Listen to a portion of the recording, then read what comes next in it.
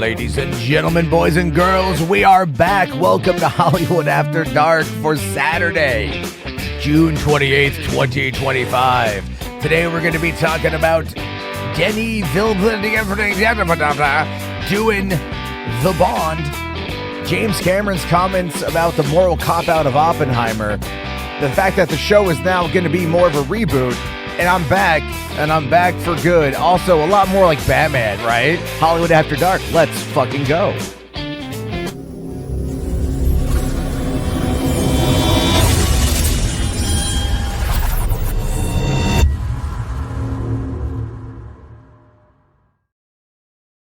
Hey everyone, how's it going? How you doing? Welcome back to Hollywood After Dark. And as the little Chiron there says at the bottom, this is the reboot. Something what kind of came to me last night. So I've been like desperately trying to figure out like how to go back to everything, how to get back into the movie commentary, to do more reviews, to focus on this more, because no matter what I do in my life, no matter what I do in my day-to-day existence, everything always goes back to movies, and I just recently started posting more reviews. I think today the Accountant review went up. Tomorrow the Accountant 2 review goes up. I literally just recorded the K-pop Demon Hunters review right before going live. If you want a little bit of a preview, a little bit of a spoiler, I was still wiping tears from my eyes as I was talking about that. But what really got me thinking was, my love of all this stuff. Okay. And, about a week ago, a little over a week ago now, I had a passenger in my job, and this ties into movies, trust me. And we're talking, it's this nice old lady, and she starts telling me about her son, and that her son is a Hollywood screenwriter, and that her son is working on, he wrote No Hard Feelings with Jennifer Lawrence. He wrote Dirty Grandpa. He wrote Good Boys, and he's working on a new sequel to an established franchise that's been around for a long time, that may not have anything to do with milking, if you know what I'm talking about. And, and I was telling her my story. I was telling her how I was in LA. I went there to be a writer. I went there to go do all these things, and she was like, just don't give up on your dream, right? Just keep at it, keep doing it, keep plugging away. And it was really like this nice shot in the arm, or shot in the ass, kick in the ass, punch in the tooth, whatever you want to call it, right? It was a wake-up call in many ways to like, I'm going to keep working on it. So one of the things I've been looking at recently is that short stories have actually been doing really well. They've been getting sold, right? And I'm like, okay, I got a lot of ideas that I think would be good to flesh out in short story format before trying to attempt like a screenplay or something. So I've been working on that for the last week, got a couple of ideas in the fire. I spent the money to have them narrated into audiobooks. One of them is 51 minutes long. It's actually not too terrible. Definitely the first draft. I just wanted to have something in audio format that I could listen to that would help me, help me kind of figure out what I want to do. But again, this whole idea is it's meant to be a movie. If you guys want to listen to the preview to the 51-minute episode, or short story, really, it's not perfect, but post in the comments and I'll link it to you, and that way I can get some feedback, because again, I want to build out my career, right? I was recently called a failed filmmaker from a never was, and that got me thinking too about not necessarily wrong. No one's ever failed. You only fail when you quit, right? If as long as you're trying, you're never a failure. So I think people need to understand that. I think people need to really register that with who they are. Okay. And don't take out your failures on me is what I'm trying to say. But it did get me thinking. And I'm like, yeah, really, there's a lot that I have to say. There's a lot that I have to offer. And I realize that the biggest problem that I have is trying to fit into this definition of things that I'm not. Like I love movies. I love talking about movies. I love riffing. I love freestyling. I'm good at that. And so that's what I'm going to fucking do. And so, I'm not going to sit there and have like, segments and whatever. And I'm not going to have like articles on screen. This is an audio based podcast. That's what you're going to fucking get. And that is okay, because I just want to talk about what's going on in the industry. And that's where I want to keep it. And so, yeah, Hollywood After Dark is back, baby. I will try to do at least one live stream of it a week. And other than that, it's just going to be a podcast. But we'll try to do at least one live stream a week to keep you guys in on it. Recommend me movies. We'll talk about movies. I would love to talk about K-pop Demon Hunters with people. I think that'd be a lot of fun. I thought the movie was like wonderful. But I've also watched like I did How to Train Your Dragon, The Surfer, Swordfish. I bought Swordfish on 4K. Actually, that's the first thing I want to. Well, no, before I dive into that, let me just kind of explain here. One of the angles with this whole thing that I want to do is I was very much heavily inspired by Bill Burr's Monday Morning Podcast, which is just him talking about things that he likes. Right? I like movies. I love the industry. Everything I think of is usually in regards to industry first type perspective. It's hard to beat that mentality, but that's largely what this is going to be. So yeah, that's what we're going to do. We're going to sit here. We're going to talk about it. I'm going to talk about it. You're going to listen if you want to, and I appreciate it either way. But one of the things I will admit I have a sickness with, I have a problem with, is man, I love to buy fucking movies, dude. I just love to buy fucking movies. So the other day, I happened to catch this FOMO sale. I bought Lethal Weapon, Steelbook just came out, Swordfish, and The Monster Squad on 4K. Now, I got Swordfish. First thing I did is I popped it in. I'll tell you the mistake I made, though. So I have the Nintendo Switch 2 hooked into my TV as well as my Xbox. And I didn't really feel like unplugging the Nintendo Switch 2 from the HDMI and then rerouting it back into my my 4K player.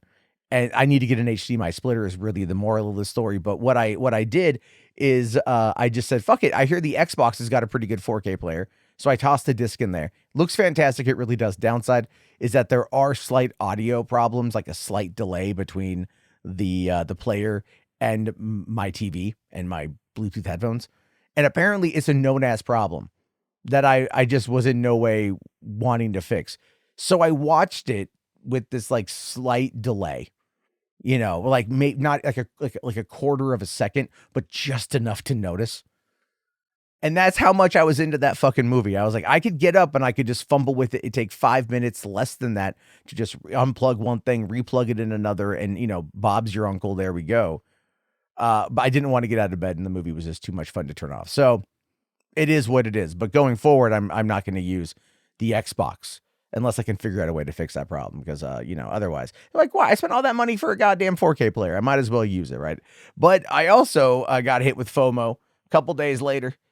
Happened to be at work, happened to be killing time before passengers came over, and I saw from a buddy of mine, High Def Disc News on Twitter, that there was only a few copies left of the Dark City 4K set from Arrow, and I really wanted to get that, so I dropped the $50 for the set, and that's coming in the mail next week. I have problems, but I'll fully admit.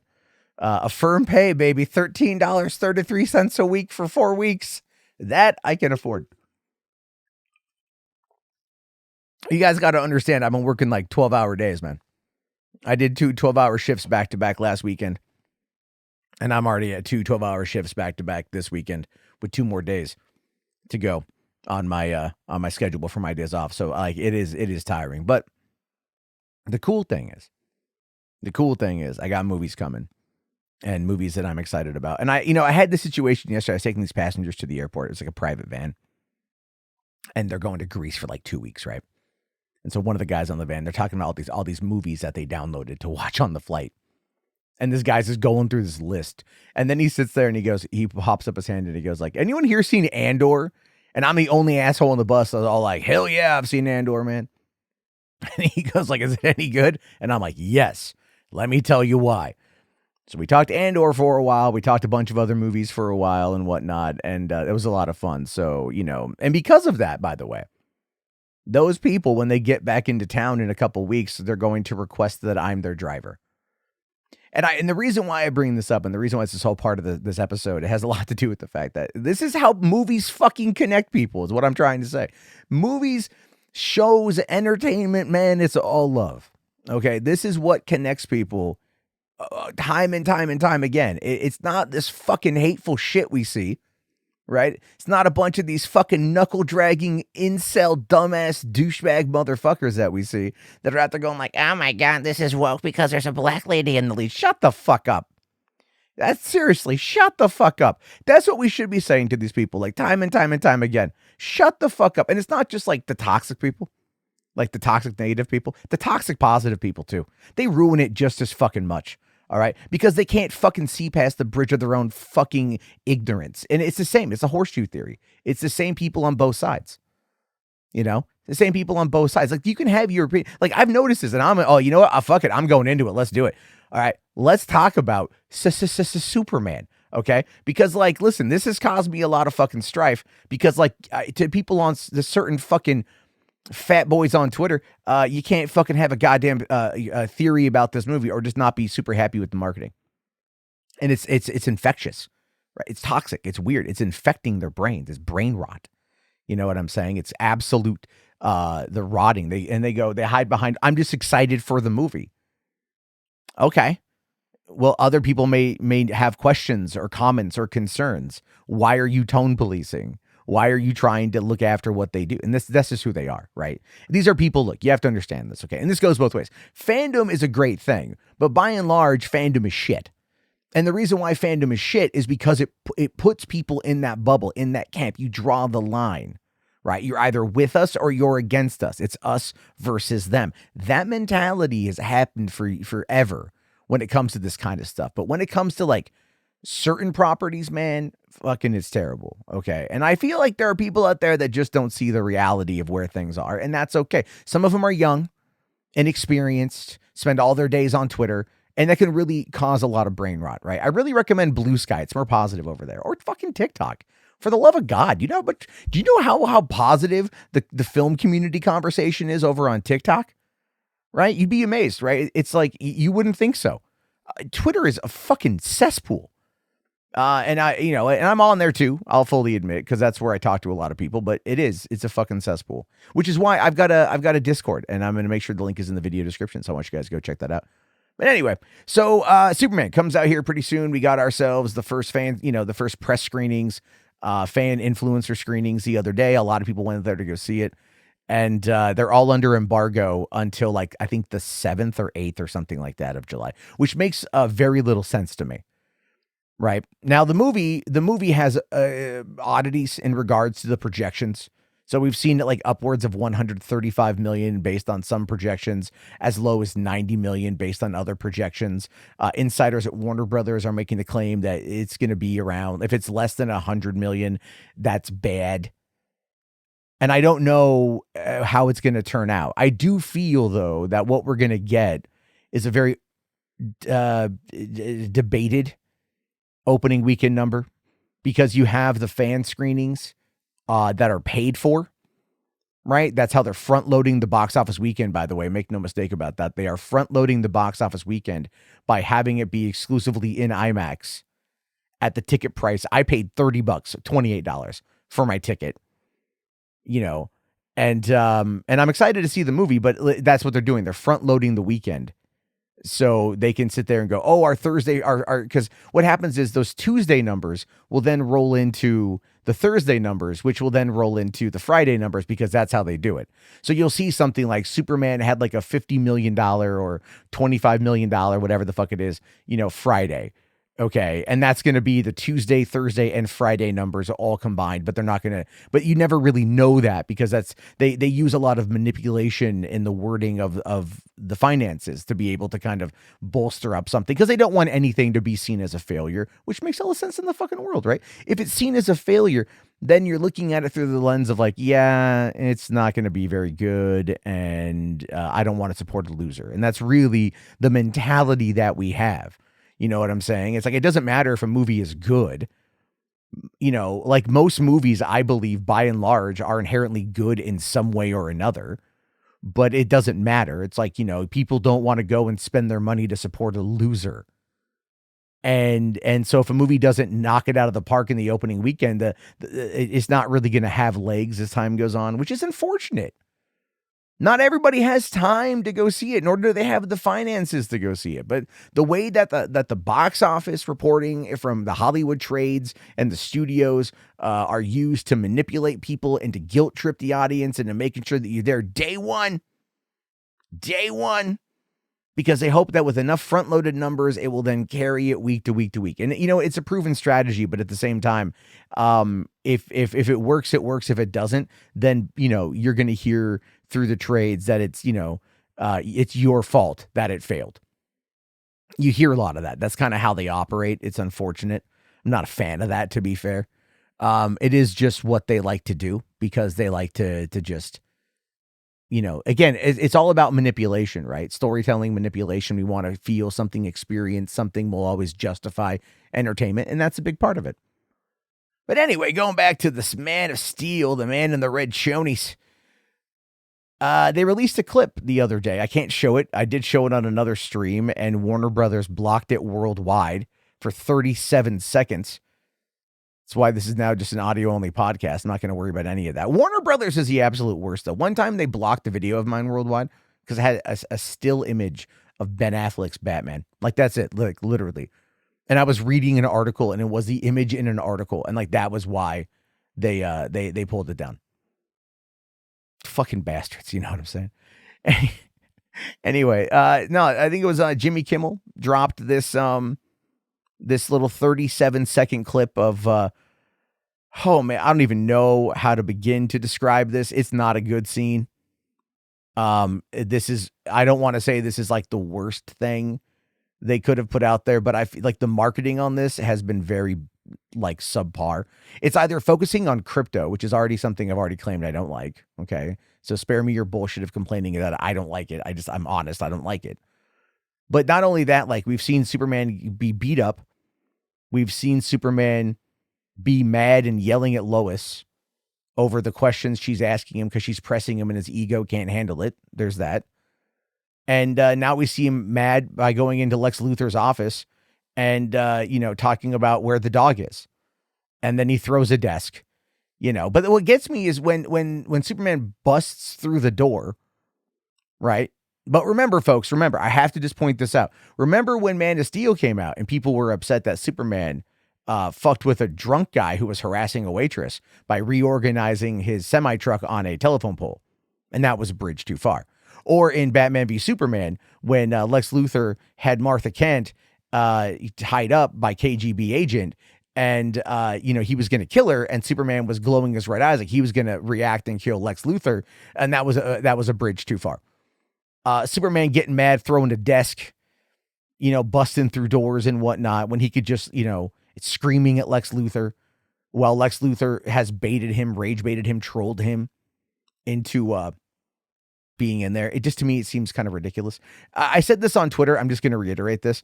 The way that James Gunn has written Lex Luthor is as that Lex is more or less an amalgamation of all the trolls that went after James Gunn 7 years ago.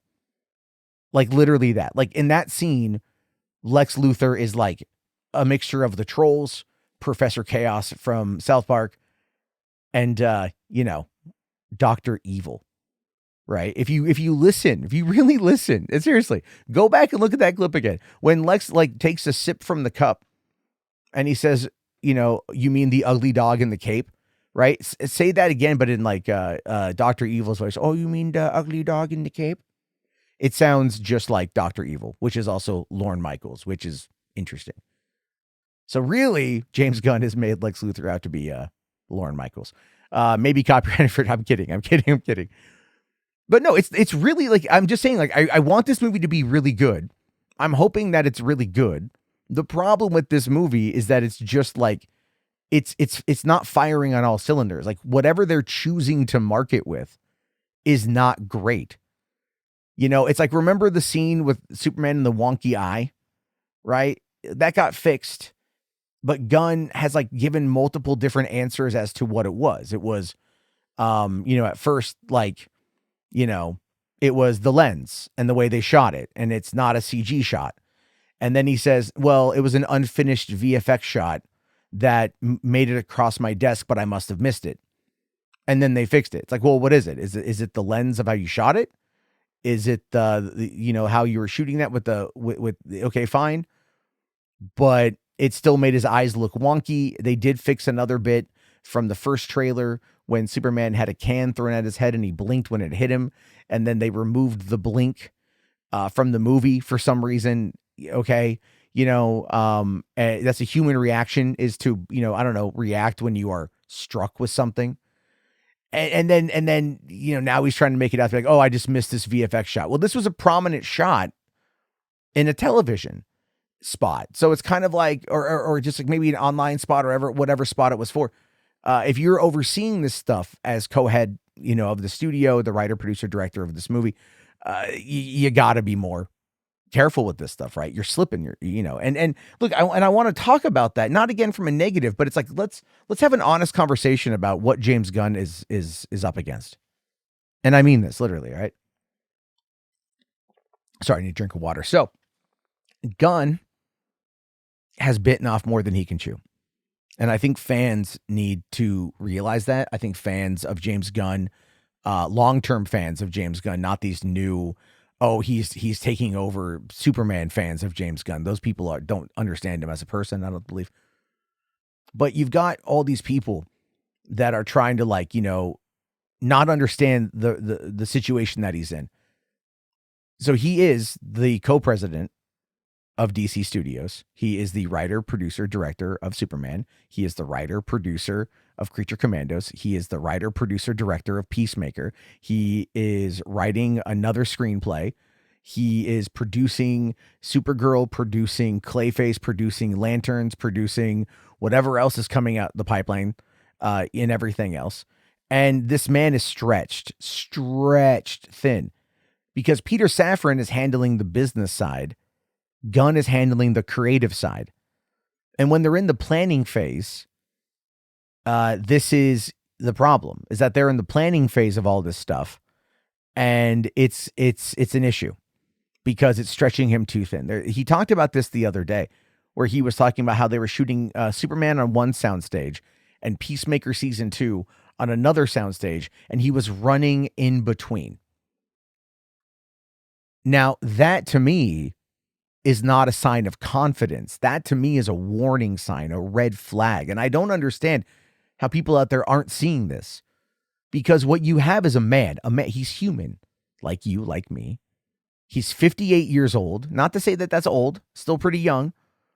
He's running a studio that's been mired in controversy for the past 10 years and some change.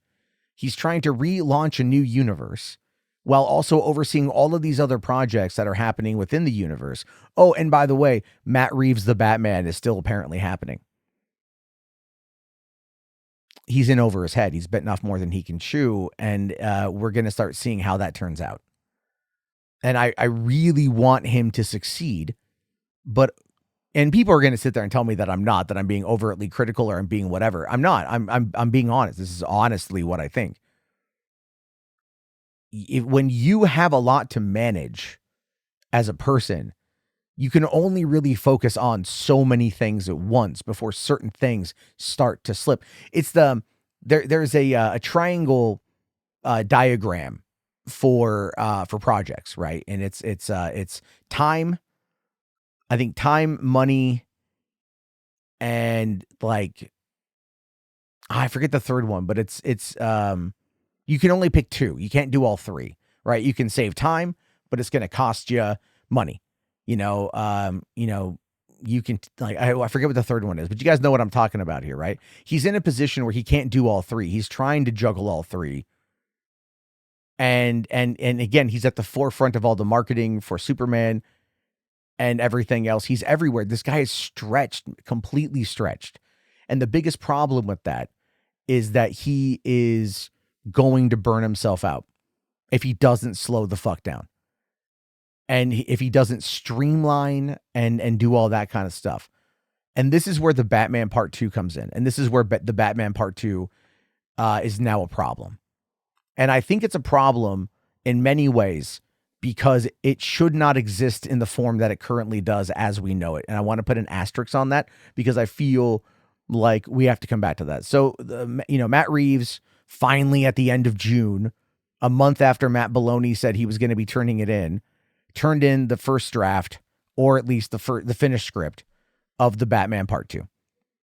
And it has a reference to Robin in the tweet. There's a crime fighters reference. I think it's more Catwoman than I think it's Robin, to be fair.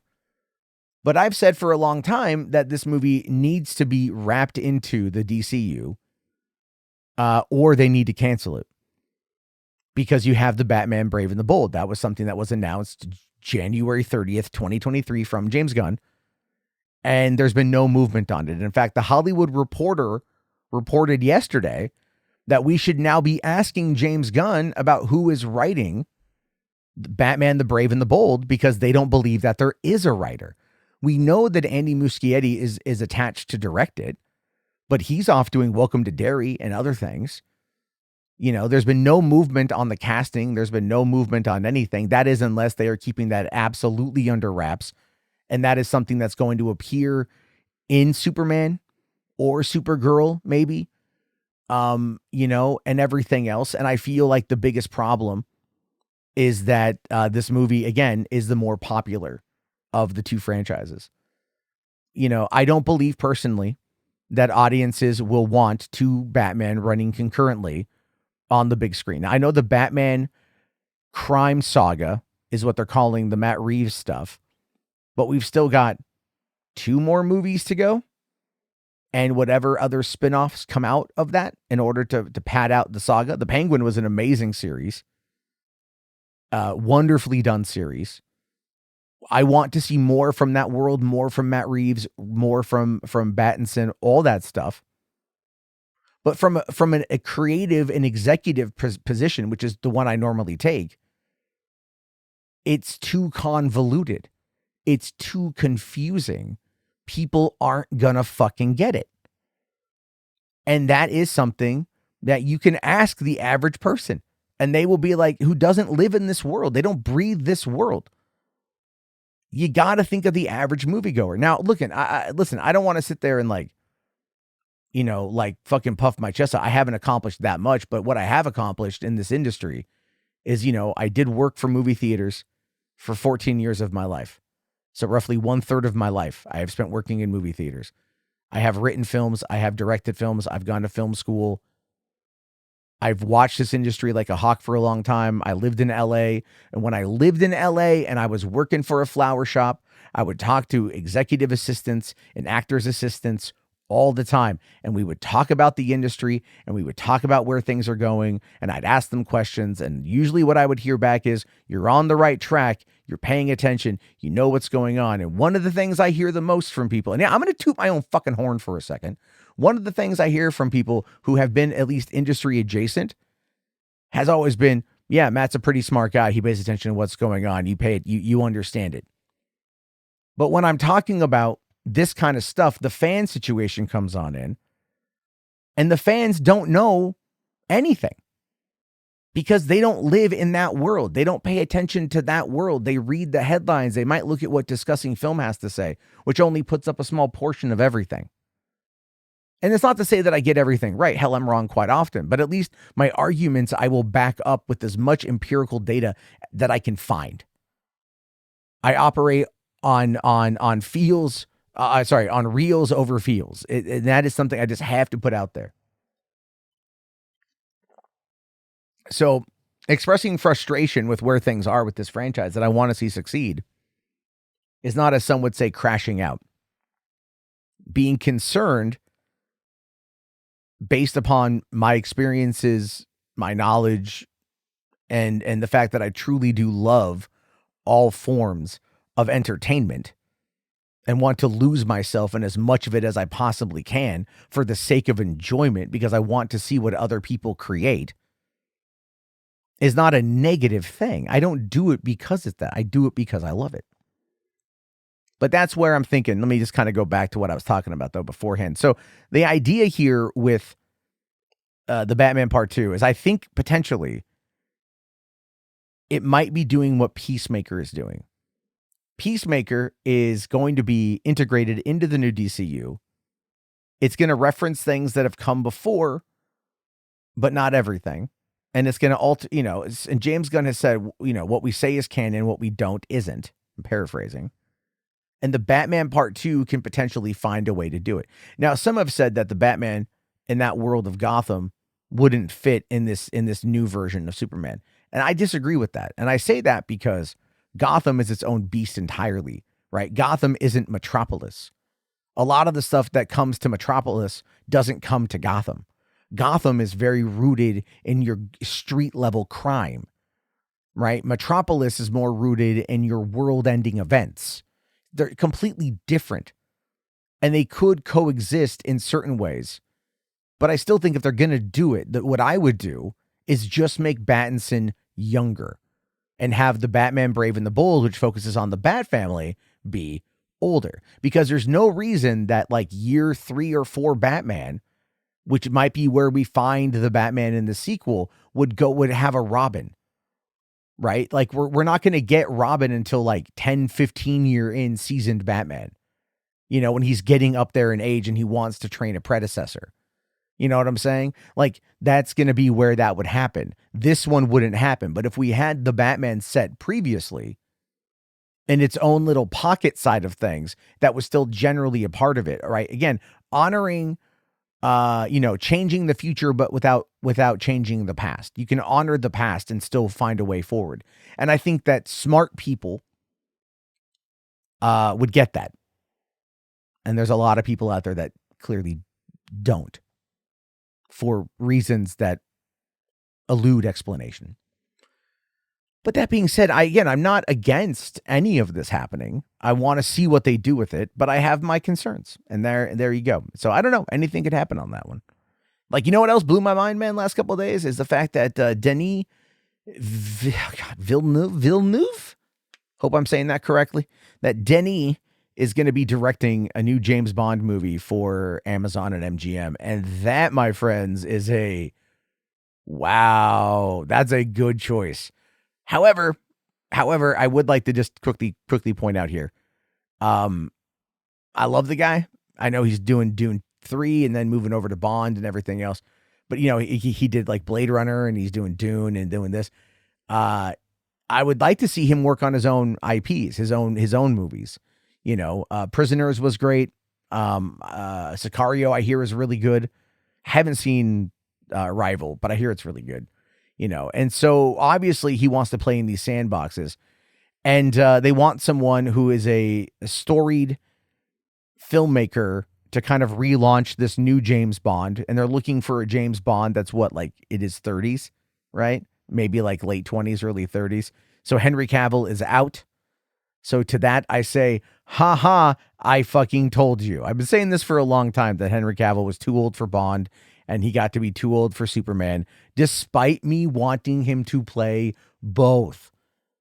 I think that's where we have to have this distinction, is like, I can understand reality despite my own wishes. Just have to keep putting that one out there. People in the back tend to not hear that. Anyway. Yeah, Denny, good guy for this one. So we have no other information other than that. We don't know what's going to happen. I feel like Amazon is going to throw a lot of money at this, more money than literally anything else they've thrown money at, which can be good or bad. It's really going to boil down to the story. It's going to boil down to who they cast. I mean, I remember in 2006 when Casino Royale came out, nearly 20 years ago or 19 years ago, and people were like, oh, Blonde Bond. And Casino Royale was a gem. It's an amazing film. Watch it back to back with Quantum of Solace, and you're going to get yourself one of the best double features ever, actually. And so there's that. I'd like to see what they do with it. Additionally, what we've also been learning about is that Warner Brothers no longer has the IP, has the deal for the live action adaptation of Akira, the Taika Waititi adaptation, which was announced years ago, is not happening. In fact, Taika Waititi was brought in 8 years ago as the writer and director. Nothing happened. That was 2017, 2021. It kind of popped up again, but it didn't happen. But Warner Brothers has actually held the rights to Akira now for 23 years. And after all of these years of the development hell of trying to get this movie, this live action adaptation off the ground, they haven't done it, and it's gone away. So we don't know if any live action adaptation of Akira will happen. And I'm going to be honest with you, it shouldn't happen. It shouldn't happen. Look, I don't even think it's that good of a movie. I think it's an okay film, but visually, stunning. Animation, perfection. Cinematically, God, you can nut with some of those visuals. But as for the story, the third act just goes pants on head stupid. Like, honestly, I don't know what it is about, like, some Japanese filmmakers, like, or storytellers, like, their third act just goes nuts. Like, Hideo Kojima's kind of the same way. His stories are just like, his game stories are just like, okay, like, what were you smoking this time, Hideo? Same kind of thing with this. It's just like it goes into this weird, batshit crazy ending that I honestly think the movie Chronicle from 2012 was probably the closest to the live action adaptation of Akira that we got. Max Landau absolutely based the third act of that movie on the finale of Akira, but made it make sense. If you don't believe me, go back and watch Chronicle. At the end of that movie, the two main characters just could be yelling out, Akira, Canada, Akira, Canada, right? Sorry, Canada. I'm getting it wrong. Canada, right? Like they could do that at the end of that movie. You could dub it in Chronicle and you're like, oh, yeah, that makes sense. That's what they're up to. Again, it's kind of like, look, Paramount did the Ghost in the Shell, or was that Universal from 2017, right? And I like that movie, but again, the animated movie is better, even though I will say I like the ending of the live action version better than the anime. The anime's weird. Oh, come on, man. They put Major's body in like a 12-year-old, like her brain, like a 12-year-old girl. And you're like, where did you get the 12-year-old girl? And the guy's like, from the underground. And you're like, ew. Because it pretty much is heavily implying that was most likely a sex bot. So, that's perversion right there. So yeah, we're going to have to wait and see what's going to go on with all of that stuff with Akira. 20 plus years of development hell. I mean, if anything, just go ahead and do the do like another animated version of it, basically. So we did get a little bit of news that Michael Bay is wanting to do another Transformers movie.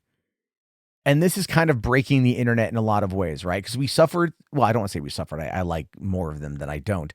But, we lived through, a lot of Transformers films, 5 Transformers films. And, all of them did very well. All of them grossed a lot of money. But then we had Bumblebee, which was not good.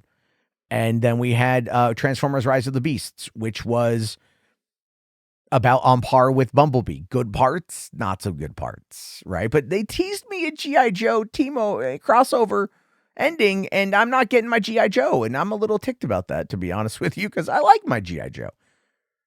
But they, Michael Bay is, kind of wanting to come back. He is developing a new Transformers movie. And so apparently he initiated the talks with Paramount himself back last year and pitching this new film that he wants to direct, rather being recruited by the studio. And then he has brought on Jordan Van Dina as a screenwriter for the project.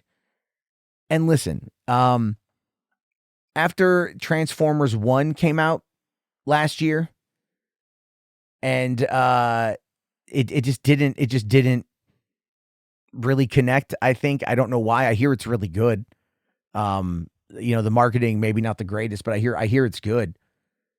And this is kind of, what is it, like a high stakes effort to like revive the franchise after the, because look, you watch Bumblebee and the opening 5 minutes of Bumblebee is the best part of Bumblebee. Okay. That kind of like gritty, action packed CG, battle on Cybertron was awesome. And then they tried to do that with Transformers 1, but instead it was like young Optimus and then young Megatron. And you're like, yeah, sure. You got Chris Hemsworth, you got Scarlett Johansson, you've got a stacked cast of people to be in this movie. And apparently the third act goes fucking hard from what I hear, but it's like you release it in September right? You released this kids movie in September when they're going back to school. Like, the fuck is wrong with you? You release it. I mean, they probably didn't want to do it in June because they didn't want to go up against Inside Out 2, which was Pixar's highest grossing film of all time. And that part I get, but maybe they could have done it like in May or something, or like, middle of May or at the beginning of June, Memorial Day, something other than when they did, because people just didn't go see it. But I heard it did pretty well on home video and streaming. And so apparently the director of Transformers 1, Josh Cooley, is also developing a live action movie. And I feel like that is just kind of like the worst, like, possible thing you could do. You know what I mean? It's like some of these properties just don't need to be live action, man. They just don't need to be live action. Transformers, have Michael Bay direct a animated Transformers film. You know what I mean? Look, I'm just going to say this. Look at some of what's been going on with the way that some people have been able to use AI video now through Google VO3.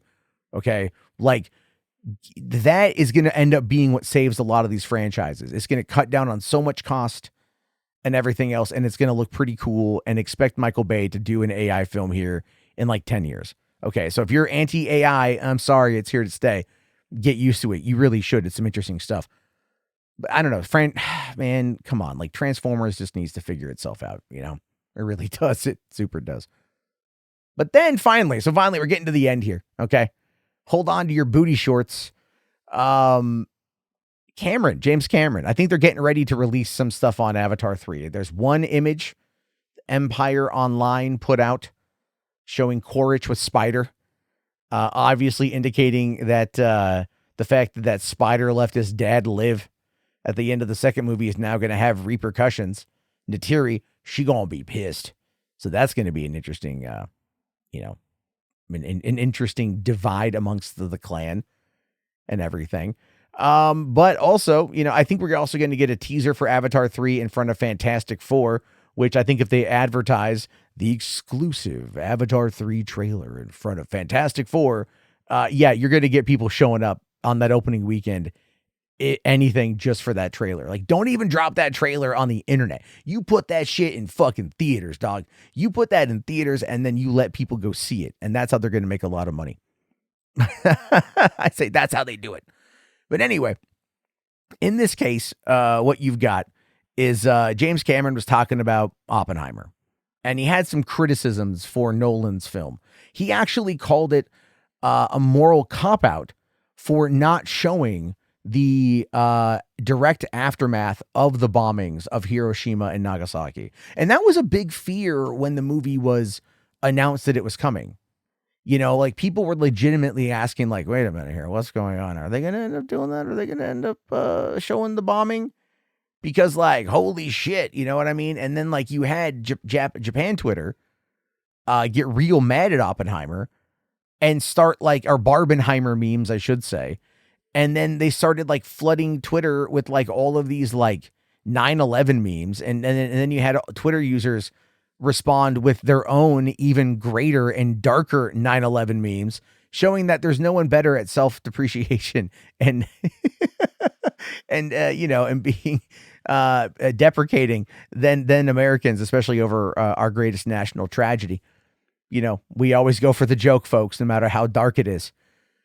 And but no, he calls it a moral cop-out, saying that it dodged the subject. And he pointed out that there's only one brief moment in the film where Oppenheimer sees the charred bodies in the audience, and then the story moves to show how it affected him personally, rather than confronting the broader human consequence. I'm just reading that off the little notes I have here. And I mean, like, I haven't seen Oppenheimer, but that makes sense. I kind of thought that too. If you're going to show the making of the bombs, but not really the aftermath of why nuclear war, in this case, atomic war, to be fair, is not needed, is, why it's an unnecessary thing to do. It might be better to sit there, and actually show it. Tastefully show it, you know what I mean? However, I came up with a bit of a different theory. Hear me out. Greatest double feature of all time. Okay? Greatest double feature of all time. And Hollywood should do this. Okay? Oppenheimer, Godzilla. Hear me out. You watch the 3-hour Oppenheimer, okay? The movie has all the emotion. It has all of the buildup. You see Fat Man and Little Boy moving, or whatever they are called, heading out of the base, right? We know about the impact of the atomic explosion. We know about the end of the war. We know about all those things, right? It ends with I am become death, the destroyer of worlds, or whatever the line is. Okay, it fades to black, and then it opens with Godzilla -1 in black and white, by the way. It's got to be, all of this has got to be black and white. And then Godzilla -1, the plane of Hero, and he's flying and he goes and he lands on the island. And, it kicks off right after the events of Oppenheimer. We go right into the events of Godzilla -1. So sure, you don't get the atomic explosion, right? You don't get the 250,000 dead. You know what I mean? You don't get any of that stuff, but what you get is the human story of the reasoning why it had to happen, the sadness and desperation of having to cause that much tragedy. And then you get over to the Japanese side where you have the people that feel left out and condemned by their government, how they just wasted so much human life. And this is their story. And then at the end, they have to fight back and save themselves from this atomic monster from the deep because no one else is coming to save them. Think about that as a double feature. Really. Oppenheimer, Godzilla. I think it'd be great. I think you could make a lot of money. I don't know if there's a better title for it in the chat. You guys might be able to come up with that one. But I think it'd be interesting nonetheless to see what you guys do with that. But listen, this is Hollywood After Dark. This is what it's going to be now. And while this is going to be a live premiere and everything else, and I'm going to be at work while this is airing, so I'm being honest, I really want your feedback. And I want you guys to know that I want to talk about movies and love movies, and that's where we are. So when this is over, please leave a like, comment down below, and definitely, let me know what you think. And I'm going to have the call-in line back over on this side. I didn't make the graphic for it today, but I want to hear your thoughts. I want to hear your opinions. I want to have that be a staple of the show. I want you guys to be able to call on in and to leave your thoughts, because this is something that is going to be me just talking and me just going over the news of the day. And we're just going to have that being what we do going forward, because that is where I think I'm the best. And that allows me to sit down and just get out my thoughts and get out my feelings. And hopefully you guys can get a kick out of it as well. I will talk to you all later. Thank you all again for listening. Have yourself a great day. And go watch K-Pop Demon Hunter. Holy shit, that movie's fucking amazing. All right, I love you guys. I'll talk to you later. Bye.